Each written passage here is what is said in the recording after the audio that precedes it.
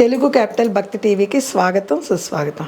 ఈరోజు మనతో శ్రీ డాక్టర్ విజయలక్ష్మి గారు ఉన్నారు. విజయలక్ష్మి గారు నమస్కారం అండి. నమస్కారం శ్రీలక్ష్మి గారు, చెప్పండి. భగవద్గీత గురించి www వెబ్సైట్ గురించి మాట్లాడుకున్నాం కదా. అవునండి. దాని గురించి కొందరు ప్రేక్షకులు www గురించి వివరం చెప్పమన్నారండి. మామూలుగా ఈరోజు ఇంటర్నెట్ పరిభాషలో మాట్లాడుకోవాలంటే మనం ఏ సైట్కి వెళ్ళి చూసుకోవాలన్నా ఆ సైట్లో సమాచారం తీసుకోవాలంటే వరల్డ్ వైడ్ వెబ్ అని, ఒక వెబ్ అంటే సాలిగూడు అని అర్థం అనమాట. ఎక్కడికక్కడ కనబడని తరంగాలు, తంత్రులు వెళ్ళి, ఇప్పుడు రేడియో తరంగాలు మనకు కనిపించవు కదా, అలా ఎక్స్రే తరంగాలు కనిపించవు కదా, అలాంటి ఆ ఎక్స్రే కిరణాలు, అలాంటి కనిపించని తంతువుల ద్వారా ఒక చోట నుంచి ఒక చోటకి శాటిలైట్ల ద్వారా సమాచారం ప్రసారం అవుతుంది. దాంతో కనుక మనం ఇక్కడ కూర్చుని ప్రపంచంలో ఎక్కడ ఎవరు నెట్లో ఉన్నప్పటికీ వాళ్ళ సమాచారం మనం చూడొచ్చు, వాళ్ళు అనుమతిస్తే. అలాగే మన సమాచారం వాళ్ళు చూడొచ్చు. అందుకనే ఈ రోజుల్లో ఏది ప్రైవేట్ కాదు. మనం ఏం చేసినా అన్నీ కూడా దాదాపుగా బయటికి వెళ్ళిపోతూనే ఉంటాయి. గుట్ అనేది లేదండి, గుట్ అనేది లేదు. అది ఈ విధంగా అన్ని బహిరంగం. అవునా? అలా అందుకనే మనకి ఇక్కడ కూర్చుంటే ఈ క్షణాన బంగ్లాదేశ్లో ఏమవుతుందో తెలుస్తుంది, అమెరికాలో ఏమవుతుందో తెలుస్తుంది, ఆస్ట్రేలియాలో ఏమవుతుందో తెలుస్తుంది, ఆఫ్రికాలో ఏమవుతుందో తెలుస్తుంది. అవునండి. ఇక్కడ కూర్చొని అన్నీ తెలుసుకోగలుగుతున్నాం. అటువంటి ఒక సమాచారాన్ని గుదిగుచ్చి అందించేదే మనకి వరల్డ్ వైడ్ వెబ్ అని www అంటాం షార్ట్ ఫామ్లో. అవునండి. భగవద్గీతకి ఎలా శ్రీకృష్ణుడు కృష్ణం వందే జగద్గురు అంటున్నామే. మన ఇప్పుడు గూగుల్ తల్లి అది ఇది అని పిలుచుకుని, అమ్మో నువ్వు మాకు అన్ని గురువు లాంటి దానివి అని అనుకుంటున్నామే.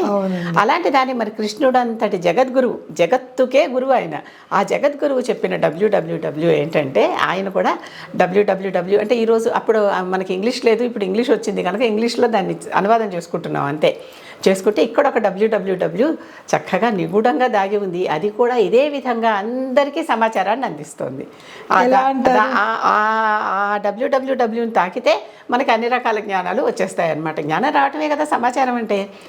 భగవద్గీత మొత్తం 18 అధ్యాయాలు. 18లో మొదటి 6 అధ్యాయాలని కర్మషట్కం అంటాం, రెండో 6 అధ్యాయాలని భక్తి షట్కం అంటాం, మూడో 6 అధ్యాయాలని జ్ఞాన షట్కం అంటాం.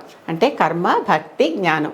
అంటే కర్మ గురించి మాత్రమే వివరంగా చెప్పింది మొదటి 6, భక్తి గురించి వివరంగా చెప్పింది రెండో 6, జ్ఞానం గురించి వివరంగా చెప్పింది మూడో 6. నేను అనేది ఏంటంటే, కర్మ అంటే వర్క్, పని, వర్క్. భక్తి అంటే వర్షిప్. జ్ఞానం అంటే విజ్డమ్.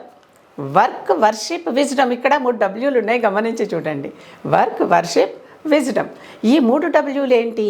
కర్మని భక్తిగా చేస్తే జ్ఞానం వస్తుంది అనేది మనకి భగవద్గీతలో చక్కగా కనిపించే సత్యం. కర్మని భక్తిగా చేస్తే జ్ఞానం వస్తుంది. అలా ఆచరిస్తూ ఉంటే అందరూ వర్షిప్తో చేస్తే విజ్డమ్ వస్తుంది. అందరూ సత్పురుషులు అయిపోతారు. అందరూ అసలు ప్రపంచంలో అందరికీ పనికొచ్చేటటువంటి సూత్రాలే దాంట్లో ఉన్నాయి. పనికిరానిది ఏదీ లేదు, పనికి వచ్చేవి మాత్రమే ఉన్నాయి. ఆ www కాకుండా ఈ www కూడా సంబంధమైనటువంటి ఉపయోగించాలి. సమాచారం అంతా తీసుకుంటూ ఉంటే దీంట్లో కూడా ఇహానికి పరానికి కూడా సంబంధించినవి ఉన్నాయి. ఇక్కడ ఆ wwwలో కేవలం ఇహానికి సంబంధించినవి ఉంటే, ఇక్కడ ఇహానికి పరానికి అంటే ఈ లోకానికి పై లోకానికి కూడా సరిపోయేటటువంటి సమాచారం అంతా ఈ వర్క్, వర్షిప్, విజ్డమ్ అనేటటువంటి నెట్వర్క్లో దొరుకుతుంది మనకి. నెట్వర్క్ అంటే ఇవి 3 బాగా కలిసిపోయాయి అన్నమాట. ఒక గుత్తిగా చక్కగా 3 ఆకుల మారేడు దళంలాగా, ఒకటి కర్మ, ఒకటి భక్తి, ఒకటి జ్ఞానం. కర్మ, భక్తి కలిస్తే మధ్యలో జ్ఞానం పుడుతుంది. ఒకవైపు కర్మ, ఒకవైపు భక్తి ఉంటే మధ్యలో జ్ఞానం పుడుతుంది.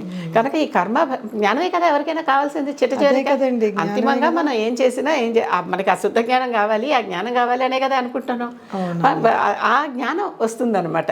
భగవద్గీతలో ఉన్నటువంటి www అది వర్క్, వర్షిప్, విజ్డమ్. చాలా బాగుందండి. చాలా బాగా వివరించారండి. నమస్కారం అండి.